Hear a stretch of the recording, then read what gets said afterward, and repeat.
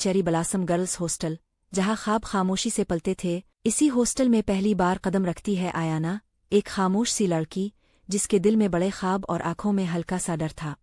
और इसी कमरे में रहती थी माहीन, एक जिंदा दिल लड़की जिसकी मुस्कुराहट अजनबियों को भी अपना बना लेती थी।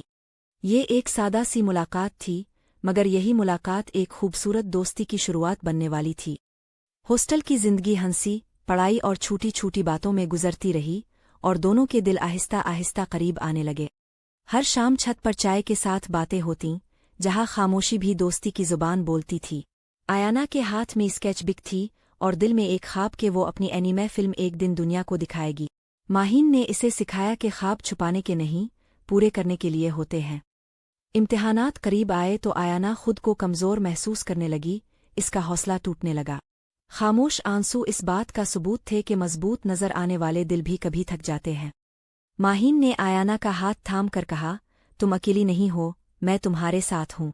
वो दिन आ गया जब आयाना के ख्वाब का इम्तिहान होने वाला था। तालियां गूंज उठीं और आयाना की आंखों में खुशी के आंसू आ गए। एक छोटी सी गलत फहमी ने दोस्ती के बीच खामोशी भर दी। अंधेरे में सच बोलने से दिलों का अंधेरा खत्म हो गया। वक्त ने उन्हें मजबूत बना दिया था और अब नए रास्ते उनका इंतजार कर रहे थे। आयाना ने स्केच बुक में वो याद कैद कर ली जो कभी मिट नहीं सकती थी। चेरी ब्लॉसम हॉस्टल सिर्फ एक जगह नहीं था, ये दोस्ती, हौसले और ख्वाबों की कहानी था।